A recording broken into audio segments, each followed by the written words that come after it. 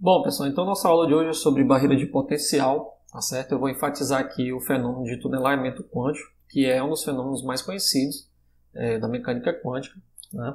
Que não é previsto classicamente falando, né? Para isso, a gente precisa estudar as situações onde a energia da partícula é menor do que a altura máxima da barreira, né? Ou seja, você tem aqui, nessa situação, a altura máxima da barreira, e a energia da partícula, né, ela é menor do que a barreira. Classicamente, se você pensar isso aqui do ponto de vista clássico, é impossível, né, a partícula poder ser transmitida para o outro lado. Mas a gente vai ver que vai existir a possibilidade de ter onda transmitida, mesmo a energia sendo bem próxima de zero, né? Ou seja, mesmo com energia muito menor do que a barreira, existe uma possibilidade pequena, né? Mas vai existir uma possibilidade da partícula ser encontrada aqui nessa região 3. Tá bom? Isso é o chamado tunelamento quântico, né?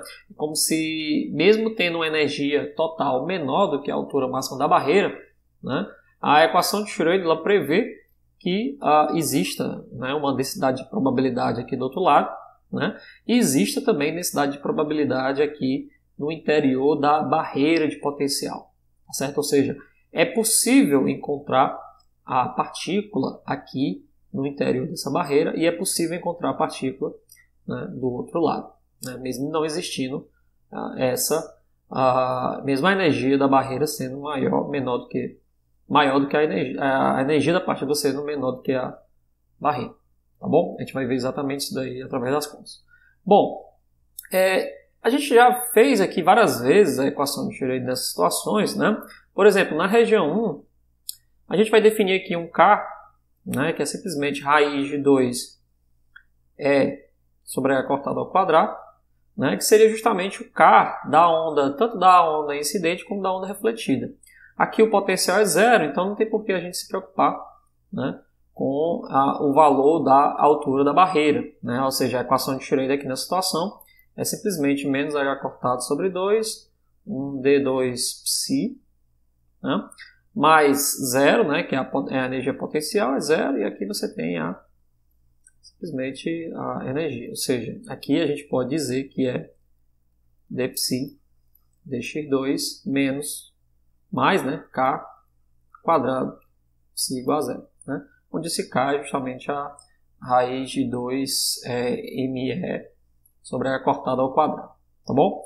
Quais são as soluções nessa situação? A gente vai ter a onda incidente e a onda refletida, né? Então eu vou ter aqui basicamente uma solução nessa região 1, né, que é uma amplitude que eu vou chamar de I, elevada a I kx, tá bom? Mais R elevada a I kx. Obviamente que na região 3 a situação é semelhante. A gente tem um K, que é raiz de 2me cortado, né? Aí a nossa equação de Schrödinger vai ser a mesma coisa, na região 3, ou seja, é tudo igual. Tá bom? Não tem por que ser diferente se do outro lado também a energia potencial é zero, né? Então a nossa equação que sai da equação de Schrödinger é mais K2 psi igual a zero. E aí a gente propõe uma solução aqui 3, né, que é simplesmente psi de x t elevado a i kx. Por que eu não tenho outra solução? Porque eu vou considerar que existe a onda incidente, que eu vou representar pela amplitude I, né? Tem a onda refletida, que eu vou representar pela amplitude R, e tem a onda transmitida, que eu vou representar pela amplitude T, né? Eu não tenho a outra de volta porque eu estou considerando um processo aí de espalhamento, digamos assim, ou seja, de colisão, né, do ponto de vista de energia, onde você tem uma colisão da esquerda para a direita, né, e obviamente que só vai ter onda transmitida nessa direção, tá bom? E aí na região 2 a gente tem uma situação que também a gente já fez algumas vezes, né, onde a equação de Schrödinger é simplesmente T2 psi dx2 sobre m, tá bom?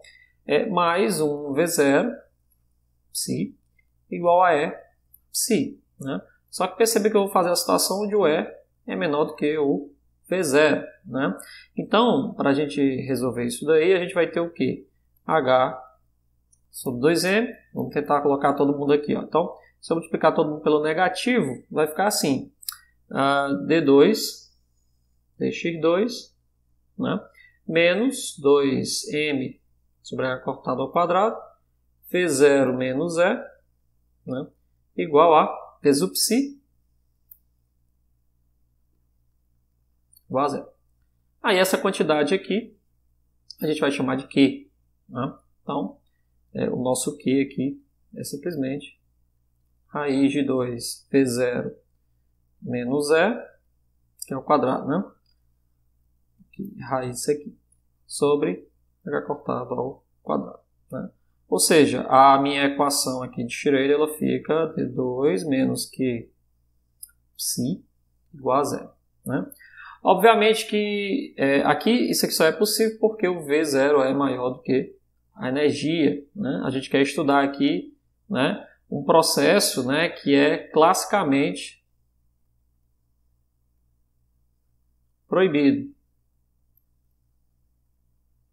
Classicamente é proibido por quê? Porque não é possível ter, do ponto de vista clássico, né, onda sendo transmitida, porque a energia é menor, a não ser que aqui dentro dessa barreira ela tivesse energia cinética, né, negativa, coisa que classicamente falando é proibido, tá bom? Mas a equação de Schroeder do ponto de vista quântico permite uma solução do outro lado, e se a gente conseguir aplicar as condições de contorno semelhantemente ao caso do poço finito da aula passada, a gente tem uma solução válida para a equação de Schroeder. Aqui a solução, né, a gente vai ter duas, né, a região central aqui a gente pode ter elevado, eu vou colocar aqui, A elevado a QX mais B elevado a menos QX. E perceba que as duas soluções são válidas, por quê? Porque aqui dentro, né, eu não tenho nenhuma restrição sobre a normalização da função de onda, né? Eu não tenho que ter aqui uma onda que sobe ou que desce, né? Na verdade, a gente vai ver que a densidade de probabilidade ela depende, né, de uma exponencial aqui, né? Mas eu não tenho porquê eliminar nenhuma das duas funções. As duas funções são bem comportadas dentro da região 2, né? Então aqui realmente a nossa solução ela tem que ser considerada por completo. Tudo bem? Fazendo isso daí, o que a gente tem? A gente pode juntar as três soluções em uma só. A região 1 vai ser o psi I elevado a I kx mais um R elevado a menos I kx, tá bom? Região 2, a gente tem um psi que é A elevado a qx mais B elevado a menos qx. E a região 3, a gente tem um psi que é T elevado a I kx. O que a gente vai fazer aqui? A gente vai aplicar a continuidade, semelhante ao que a gente fez no poço finito, continuidade de psi e psi', né, em x igual a 0 e x igual a L. Bom, então, tanto nesse ponto aqui como nesse ponto aqui, eu vou ter que aplicar a continuidade das funções, né? Em x igual a L, a gente tem o seguinte, x igual a 0, né? Que o psi1 e o psi2 tem que ser iguais. Então, o psi1 em x igual a 0 tem que ser igual ao psi2 em x igual a 0.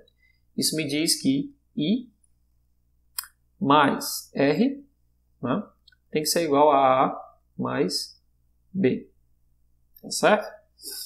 E com relação à derivada, né, ou seja, a derivada aqui de x na região 1 em x igual a 0 tem que ser igual à derivada da função 2 em x igual a 0. Quando eu derivar esse rapaz aqui vai ficar IKI, substitui do 0, mais, aí menos IKR, substituído em 0, né? Vai ficar igual a Q A elevado a zero, que é 1, menos Q, B. Né? Então aqui a gente tem o primeiro par de equações, né, que vão nos ajudar a escrever aí, as chamadas condições de contorno. Né? Eu posso, inclusive, juntar melhor aqui essas equações, né? Deixar assim por enquanto, né? Para depois a gente faz mais conta. Em x igual a L, por outro lado, o que a gente tem? A gente tem que psi 2, né? Em x igual a L tem que ser igual a psi 3, né? Em x igual a L. Né? E a gente tem que o psi' de x em x igual a L, 2, tem que ser igual a psi 3 em x igual a L. Obviamente a derivada. Quando eu derivar esse rapaz aqui, vai ficar a Q, né? Elevado a QL, tá bom? Mais, menos, né? Menos B é Q elevado a Q menos QL, que é a derivada desse rapaz aqui, tem que ser igual a derivada 3, né? A derivada 3 vai ser IK T elevado a IKL, né? E a própria função, a continuidade da função, né, vai ser o quê? Se eu simplesmente substituir a função, vai ser AQ A elevado a QL mais P elevado a menos QL tem que ser igual a T elevado a I, né, KL. Tudo bem? Tudo tranquilo aí, né? Então, vamos lá. Vamos tentar melhorar esse rapaz aí para ver se fica fácil da gente descobrir aqui alguma coisa. Né? Em primeiro lugar, a gente pode tirar o valor de A, né, e B daqui em função de T e depois substituir nessa equação aqui. Né? Ou seja, se eu pegar esse conjunto de equações que envolvem A, B e T, né?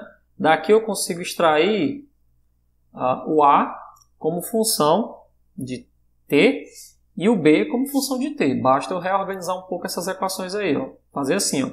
A elevado a QL menos B elevado a menos QL. Né? Isso é igual a IK sobre Q elevado a IK T, né? Vamos ter aqui no meio. Elevado a IKL. Né? E a equação de baixo é assim, ó, elevado a QL mais B elevado a menos QL, né? É igual a T e KL. Né? Se a gente somar essas duas equações, o que a gente tem?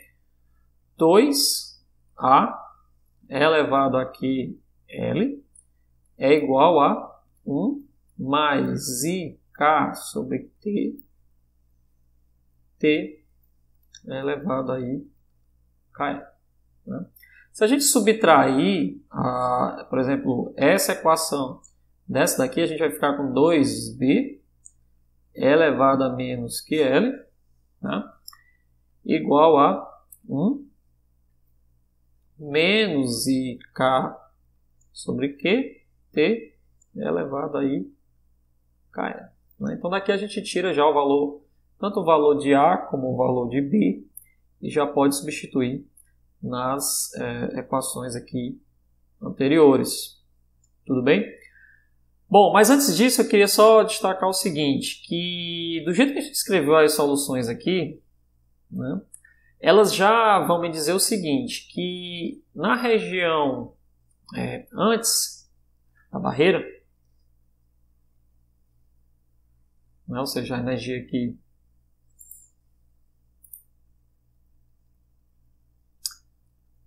certo? Ela é menor do que a barreira, né?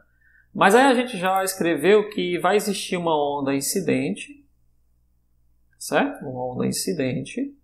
Vai existir uma onda que é refletida. E essa onda refletida é dada pela meu amplitude de reflexão R. E aqui é dado pela amplitude de incidência I. Mas, do jeito que a gente escreveu as soluções, vai existir também uma onda T, né? Transmitida. Né? E aqui dentro, o que a gente tem? Do lado de dentro, o que a gente vai ter, na verdade, o que a gente espera que tenha, né? É que, se eu pensar em densidade de probabilidade, né? Parte da amplitude de probabilidade incidente é perdida na reflexão, né? E parte dela é transmitida. Então, para que você tenha uma amplitude, né, de probabilidade que seja incidente e parte dela seja transmitida, é preciso que dentro da barreira você tenha uma probabilidade, né, que decai. Bom, à medida que a largura do poço vai aumentando, né? E é de se esperar que essa largura do poço seja determinante, né, para dizer o quanto que você vai ter de onda transmitida. Então a nossa solução, a gente já deve esperar uma solução que a amplitude de transmissão, quando a gente calcular aqui a amplitude de transmissão, né, que é o nosso T, por exemplo, T quadrado sobre I quadrado, né, e a reflexão, o coeficiente de reflexão vai ser o R quadrado sobre o I quadrado, é de se esperar que esse cara aqui, né, seja bem dependente aqui da largura. Quanto maior a largura, né, ou se a largura for para infinito, né, é de se esperar que a minha amplitude de probabilidade ela tem que ir a zero. Né? Então, quando você aumentar demais o L, é de se esperar que o T vá a zero. Né? Da mesma forma, se você aumentar o L aqui, é de se esperar que o R seja 100%. Né? Até na situação limite, onde você não vai ter transmissão se esse cara for infinito. Tudo bem? Mas vamos voltar aqui às equações. Então eu tirei aqui o A e o B como função do outro. Né? E a gente pode escrever finalmente o A como sendo A1 meio. Né? De que? 1 mais, fazer assim, Q mais IK sobre Q, né? Que é esse rapaz aqui. T elevado a IKL elevado a menos QL. Né? E o B também é um meio, só que é um meio de Q menos IK sobre Q. T elevado a IKL elevado a QL. Tudo bem? Bom, retirado aqui A e B, eu posso jogar tanto A como B nessas duas equações, mas antes eu vou trabalhar com essas equações, vou deixar tudo pronto aqui. Né? Então, a nossa equação ali com I com R, né, vai ser assim, ó. A gente tem I mais R igual a A mais B. Né? Só que a gente também tem que I menos R, né? Olha para cá, ó, I menos R, passando o IK para o outro lado, vai ser Q sobre IK A menos B. A gente tem isso aqui. Então, se a gente jogar essas duas expressões aqui, tanto do A e do B, desse lado de cá, né, a gente pode tentar encontrar o valor do I como função de A e B. Por quê? Porque se eu somar aqui o I, por exemplo, vamos só somar aqui para eliminar o R, né? A gente vai ter que 2I é igual a esse rapaz aqui, A mais B, né, mais Q sobre IK A menos B. Tá certo? E aí a gente pode substituir, né, se eu somar todo mundo aqui, somar essas duas equações, né, eu posso agora pegar esses dois valores aqui e substituir nas equações e eu tiro o I como função do T, que é o que eu quero. Né? Então só para a gente entender o que a gente está fazendo aqui, a gente vai obter uma coisa desse tipo aqui. A gente vai ter uma uma onda que incide, né? E o fato da gente aplicar aqui as condições de contorno nesse ponto e nesse ponto, a gente está tentando ajustar a amplitude da onda incidente, né, com a amplitude da onda transmitida.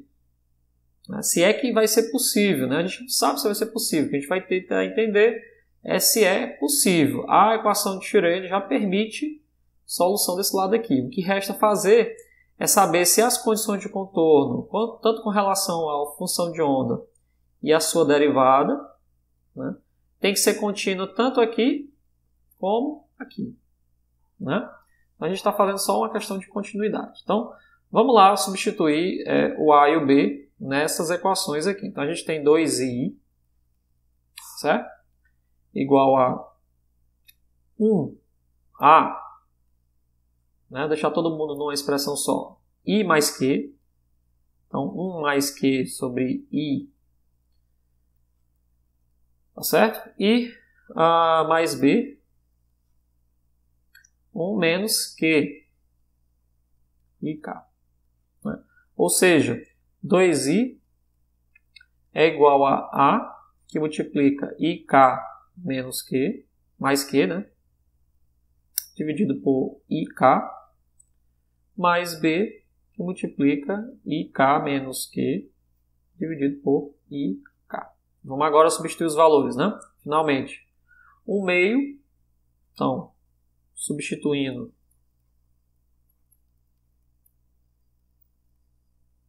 A e B, a gente tem 2i igual a o A, quanto é que é o A? 1 meio de Q mais IK sobre Q. Então, 1 meio de Q mais IK sobre Q. Né? O que mais? T é elevado a IKL é elevado a menos QL. T é elevado a IKL é elevado a menos QL. Né? Tudo isso ainda multiplicado por IK mais Q vezes IK. Esse aqui é só o A. Né? Mais o B, aí é a mesma coisa, né? 1 meio, só que lá é Q menos IK dividido por Q, certo? T é elevado a IKL, né? É elevado a QL, tá bom? Multiplicado ainda por IK menos Q, IK. Vou tentar dar uma arrumada aqui antes de qualquer coisa, né? A gente consegue ajustar tudo aí de uma forma mais prática, né? Então vai ficar 2i, que a gente tem o meio também, tem algumas coisas que se repetem nessas expressões, né? O T e K, esse meio, né, ele se repete, T e K, e o meio se repete, e o produto, né, Q e K. Então, a gente tem o seguinte, 1 meio I, K, Q, T elevado a IKL, tudo isso aqui se repete. E aí dentro desse colchete aqui a gente vai ficar com o quê? O que sobrou, né? IK mais Q, né? Que o denominador foi embora. A gente conseguiu eliminar aqui o denominador. Então, a gente tem simplesmente IK mais Q e IK mais Q elevado a menos QL. Né? Mais Q menos IK, IK menos Q elevado a QL. Bom? Ou seja, o nosso I é igual a 1 sobre 4i KQ, T elevado a IKL, né? E dentro do colchete aqui, a gente vai ter que desmembrar para ver se tem alguma coisa que cancela ou junta, né? IK vezes IK vai ficar o K ao quadrado negativo, então é menos K ao quadrado, mais IKQ, né? Vezes E elevado a QL, isso aqui é elevado a QL, né? Então vamos só primeiro desmembrar aí. E KQ, né? Então vai ficar 2 na verdade, né? Aqui é 2. São idênticos, né? É 2 e KQ mais Q ao quadrado. Tá bom? Mais Q ao quadrado. Tudo isso aqui vezes elevado a menos QL. Né?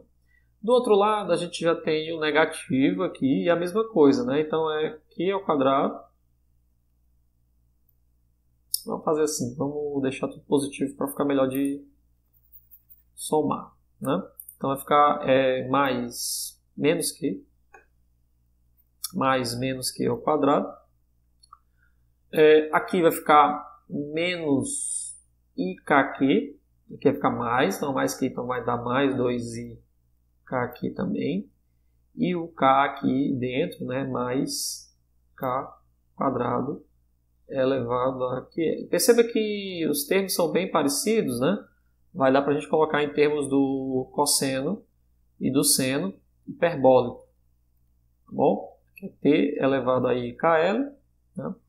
Olha como é que fica quando eu juntar. Esse rapaz aqui é igual, idêntico, né?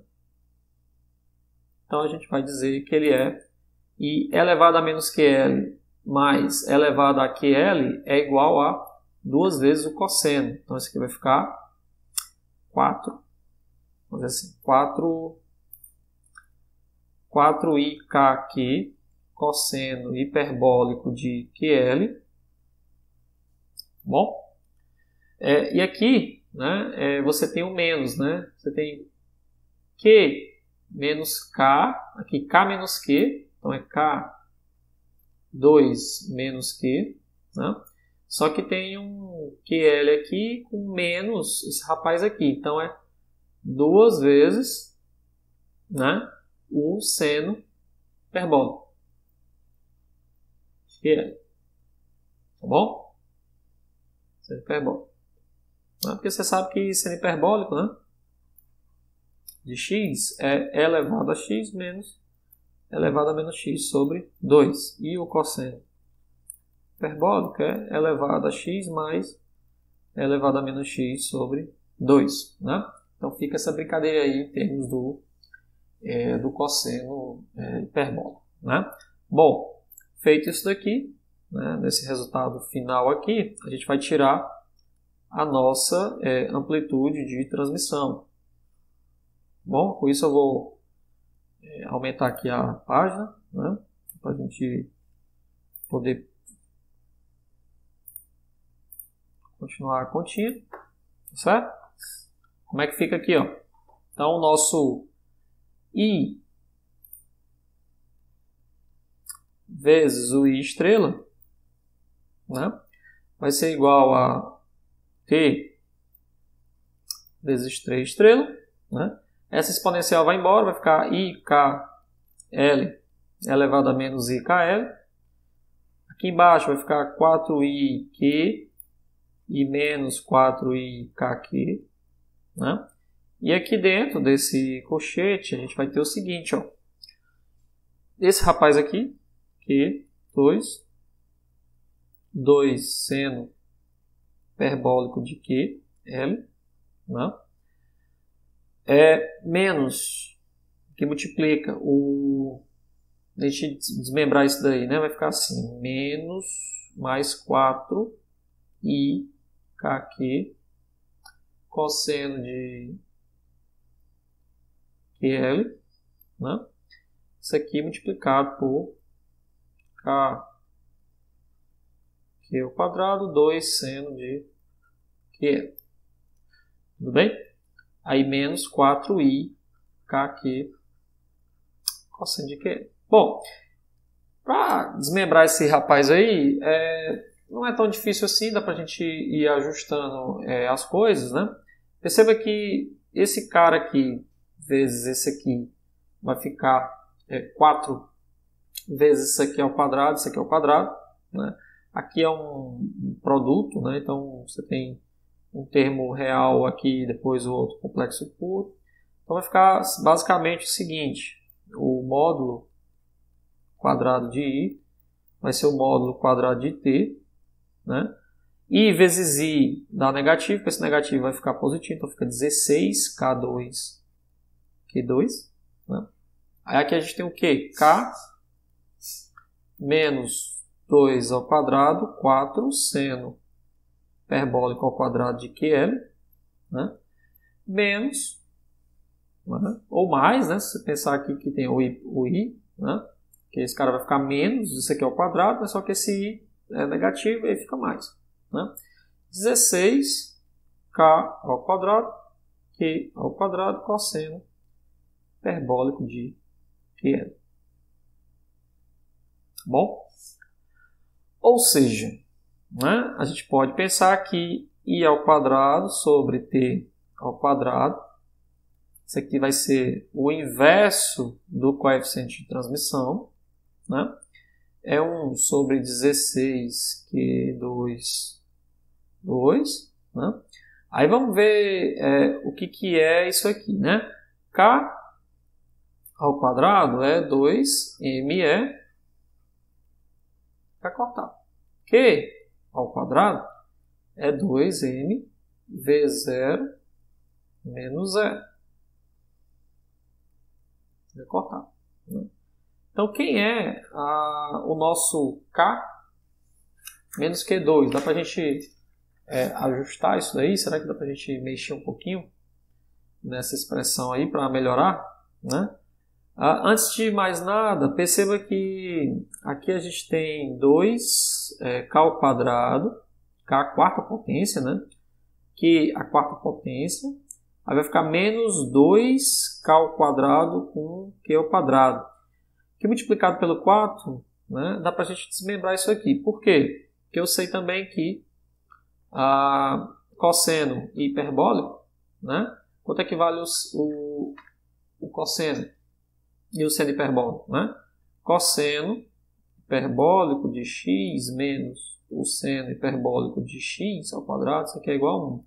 Né? Ou seja, o nosso cosseno hiperbólico de x é igual a 1 mais seno hiperbólico de x. Eu posso tentar melhorar aqui, né? Então vai ficar 16K ao quadrado que ao quadrado, mais esse rapaz aqui vezes o seno hiperbólico, que vai ser cancelado com esse 8 seno hiperbólico. Então no final vai ficar 8 positivo seno hiperbólico, né? Que é como se fosse K mais Q2. Né? É isso que eu quero deixar aqui. Então vai ficar assim, ó.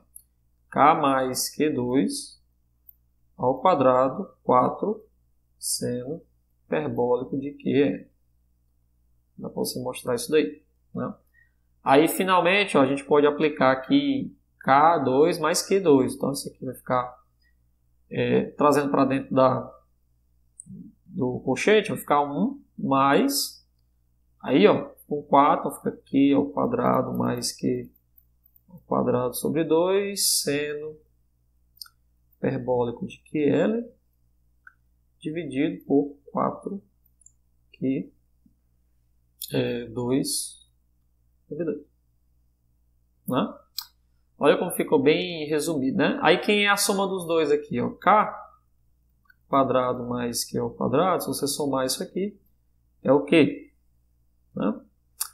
É 2ME sobre H cortado, mais 2MV0 sobre H cortado, menos 2 cortado. Ou seja, cancela esse rapaz com esse rapaz, é só o potencial, né? Ao quadrado. E K vezes o Q, né? Também dá para a gente eliminar alguma coisa aqui. Então, ó, vai ficar assim.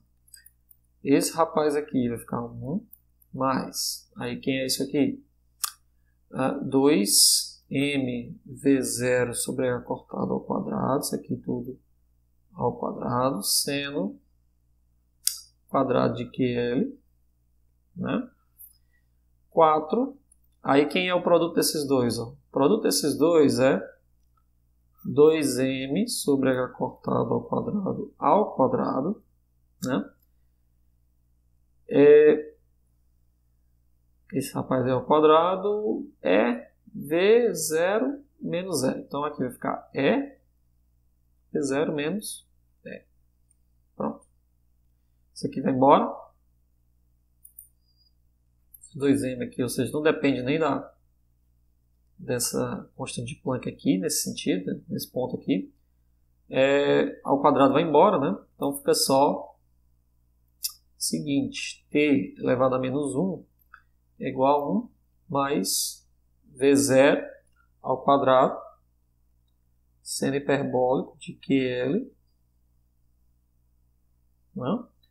4E V0 menos E. Se eu tirar aqui também o V quadrado e disser que E sobre V é o nosso epsilon, né? Que é mais ou menos quanto que a energia está próxima da barreira, né? Você tem a barreira aqui de V0, você tem a energia. Então, a relação entre a energia e a barreira eu chamo de epsilon, né? Se eu dividir todo mundo por esse V0 aí, vai ficar T elevado a menos 1 é igual a 1 mais a seno hiperbólico de QL 4 epsilon 1 menos epsilon. Pronto. Aqui é o nosso resultado final. A transmissão é o inverso disso aí, então é 1 menos seno hiperbólico de QL que divide 4 epsilon 1 menos epsilon. Esse aqui é o nosso coeficiente de transmissão. Bom, final. O que é interessante a gente verificar nesse coeficiente de transmissão é que ele é praticamente idêntico ao coeficiente de transmissão do poço finito, né?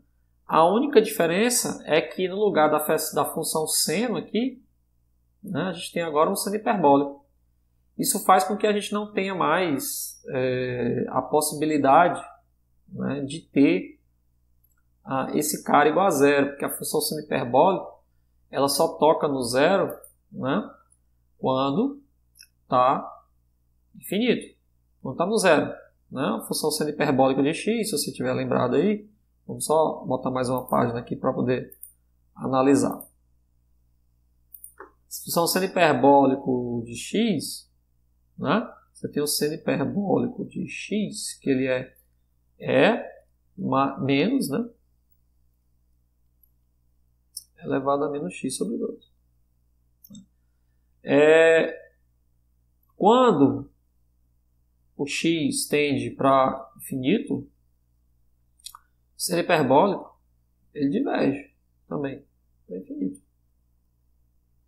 Certo? Tende para infinito. Todas as funções, tanto o seno hiperbólico como o cosseno hiperbólico, eles têm esse comportamento aqui, né?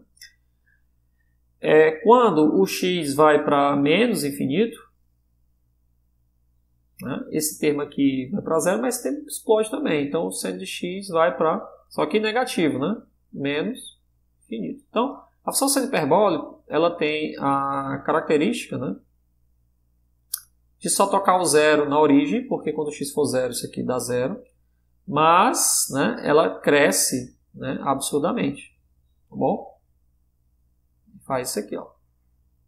Bom, seria mais ou menos o gráfico da função seno hiperbólico, né? Já o cosseno hiperbólico, apesar da gente não ter aqui, mas função cosseno hiperbólico, quando o x é zero, aqui é mais, né? Esse cara aqui do cosseno, fazer aqui, esse aqui seria o seno hiperbólico. O cosseno hiperbólico aqui seria mais, tá bom? Então, ele é 1, toca 1, mas também diverge para mais infinito, seria uma coisa assim, são par. Esse seria o cosseno hiperbólico. Então, diferentemente do seno, o seno hiperbólico ele não tem zeros a não ser a origem. Então, aqui não tem, nesse problema aqui, não há como ter, não há efeito, né, Townsend.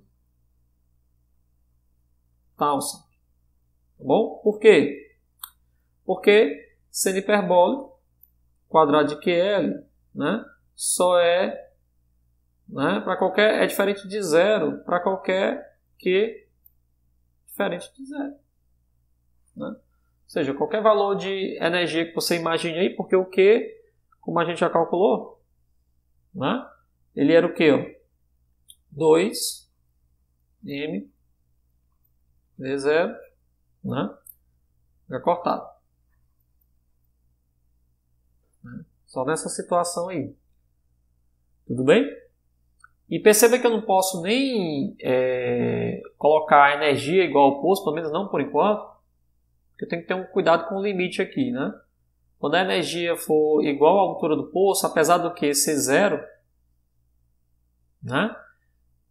Essa parte de baixo também vai para zero. Por quê? Porque 1 menos o epsilon também vai para zero, né? A gente vai já ver o caso aí do limite do poço, quando a energia é o limite do poço, né? Ou seja, tem um limite aqui, apesar do seno, o seno hiperbólico, né?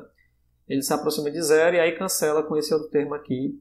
E eu tenho uma transmissão finita, tá bom? Da altura da energia do pulso. Tudo bem? Não é uma transmissão nula, né? Mas aí essa função tem umas coisas interessantes. Ó. Por quê? Quando a energia tende a zero, né? Perceba que a energia tende a zero, 1 menos epsilon, certo? Ele tende a 1. Né? Aqui é zero, faz com que esse denominador aqui seja, né, muito grande, infinito. Por quê? Porque o Q não vai a zero. O Q permanece fixo. Né? Então, esse cara sendo infinito, a transmissão se torna zero. Então, quando o T se aproxima de zero, a transmissão é zero. Né? Só que quando o T, somente quando a energia é muito grande, né? Ou seja, se aproxima de infinito, certo? Quando esse cara aqui se aproximar de infinito, né? É que a transmissão se aproximaria de 1. Né? Porque você tem aqui um valor de energia muito grande. Né?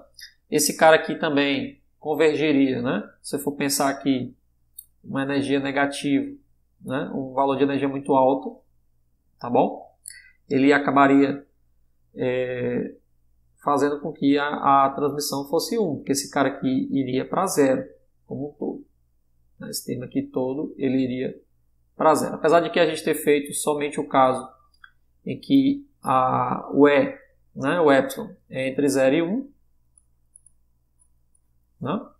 A gente teria a possibilidade de, quando a energia for para infinito, ter um coeficiente de transmissão sendo 1. Né? E o que eu quero que vocês entendam é o seguinte, é porque mesmo o E sendo menor do que 1, né, então aqui a energia sendo menor do que a barreira do poço, né, ou seja, qualquer valor entre 0 e 1, né, a transmissão é diferente de zero. Né? Isso é o que a gente conhece como tunelamento. Né? É o chamado tunelamento quântico. Né? Ou seja, ela é diferente de zero. Quanto maior for o L, aí sim, para uma energia fixa, né? Se você pegar energia fixa aqui, né? E o L tender para infinito, tá bom? Aí você tem, né, a transmissão tendendo a zero. Né? Então perceba que a transmissão que a gente calculou aqui, ela é 1 mais seno hiperbólico de Q0L, né? E aqui 4 epsilon, 1 menos epsilon. Né? Onde o Q é raiz de 2 V0 menos 0 sobre K cortado. Aqui não depende de L, né? Esse valor dessa constante aqui, desse número de onda, ele não depende do L. Né? Onde é que entra o L, que é a largura do poço? A largura do poço só entra nessa expressão aqui. Ó.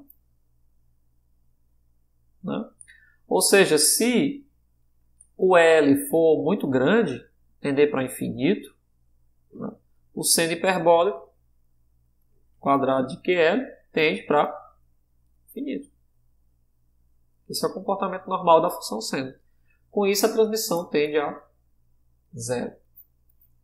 Ou seja, não há tunelamento. Então você diminui drasticamente a probabilidade de ter tunelamento quântico quando você aumenta o valor do L. Né? À medida que você aumenta a largura do poço, a tendência é diminuir a reflexão. Bom, então você tem um poço de potencial aqui. Né? Você vem com a onda incidente. Ela vai ter uma perda de amplitude. Só que à medida que você aumenta realmente a largura do poço, né? Ou seja, se você pegar com a mesma energia e aumentar absurdamente a largura do poço, né? A tendência é que você não tenha transmissão. Tá bom? Não ter transmissão significa dizer que não aparece nada aqui desse lado. Lógico que isso só vai acontecer, né, rigorosamente falando, quando o L, essa largura aqui, for realmente para infinito. Né? Mas a gente sabe que na prática, devido às perdas, né, do próprio sistema, né, pode ser que a penetração dessa onda nessa barreira seja suficiente para não ocorrer, ou pelo menos que a probabilidade seja muito pequena de ter transmissão. Né? Porque ela vai depender do L. À medida que o L aumenta, a possibilidade de ter um T aqui é praticamente nula. Né? Chegar ao ponto, numa situação prática do laboratório, de você não ter transmissão, realmente.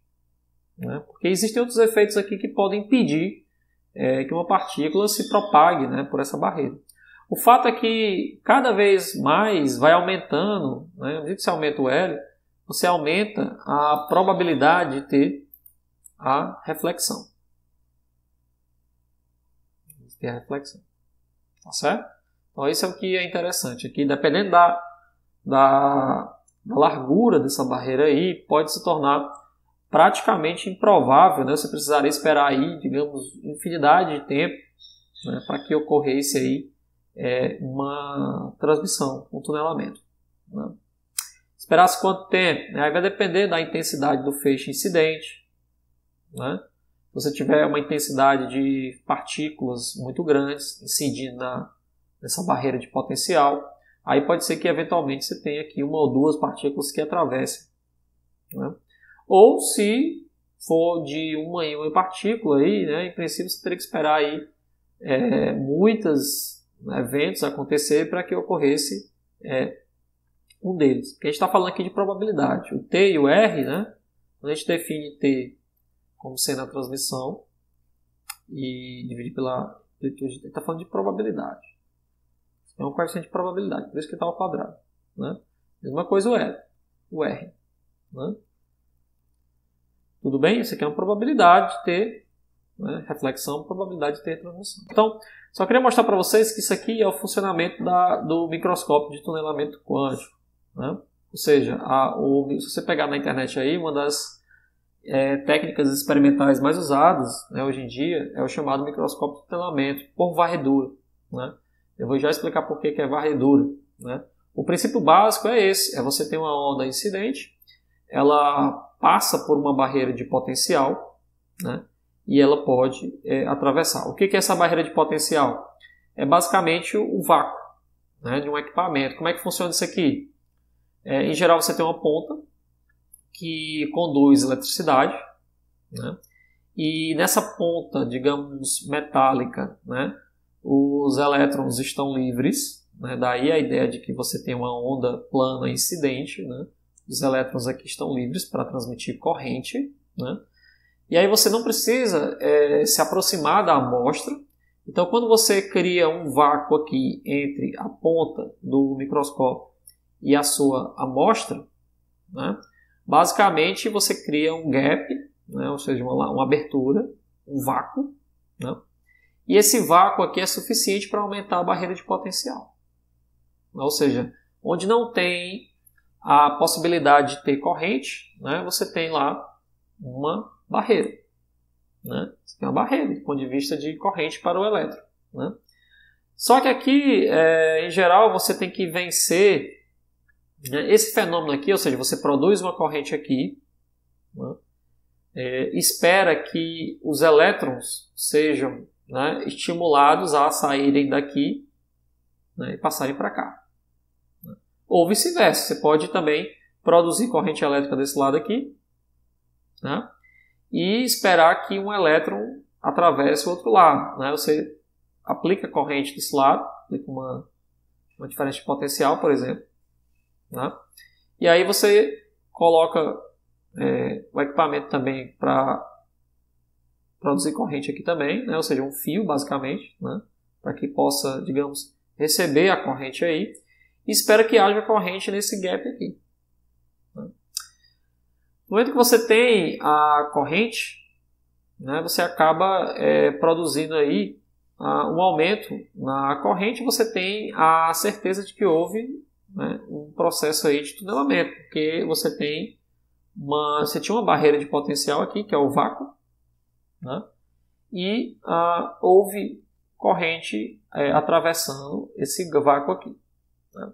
Por que eu coloquei essas expressões aqui, energia de Fermi e essa função trabalho? Porque, em geral, para você retirar elétrons de uma superfície, de uma amostra, né, você tem que vencer basicamente o que a gente conhece como função trabalho, né, que é dado basicamente pela energia de Fermi do material, que é a energia onde está o elétron mais externo. Né, isso aí você deve estudar lá em estado sólido, por exemplo. Né, a energia de Fermi de um material, de um semicondutor, por exemplo, ou mesmo do metal, é a energia, né, do último elétron, digamos aquele elétron que está mais externo, aquele elétron mais propício, né, aí para a chamada banda de condução. Né?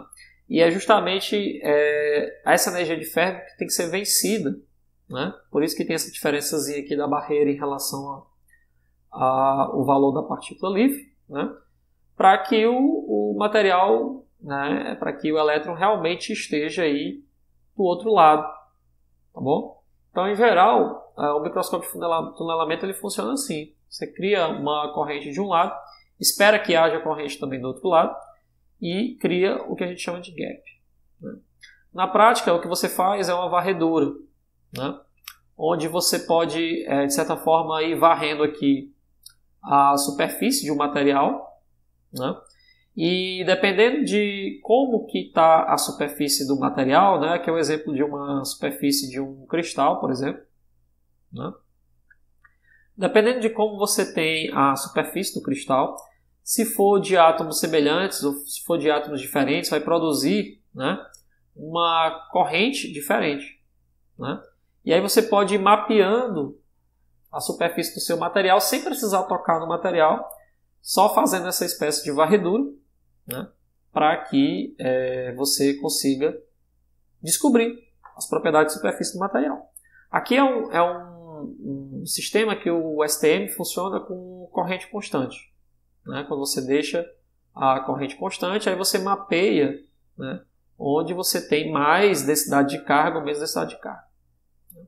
Aqui é um outro exemplo de mapeamento de varredura, né, com altura constante, ou seja, mesmo a superfície tendo irregularidades, tanto irregularidades físicas, né, como irregularidades de dopagem, tá bom? Você vai produzir uma corrente diferente cada vez que você passar a varredura do material. Então aqui você tem uma corrente, aqui você tem outro tipo de corrente. Por que você tem uma corrente diferente? Porque você está reduzindo, certo, a diferença. Lembra da largura do poço? Né? Isso aqui é uma largura de um poço, vou chamar aqui de largura 1. Aqui é a largura 2. Né? E aí perceba que aqui você vai ter uma maior probabilidade de tunelamento.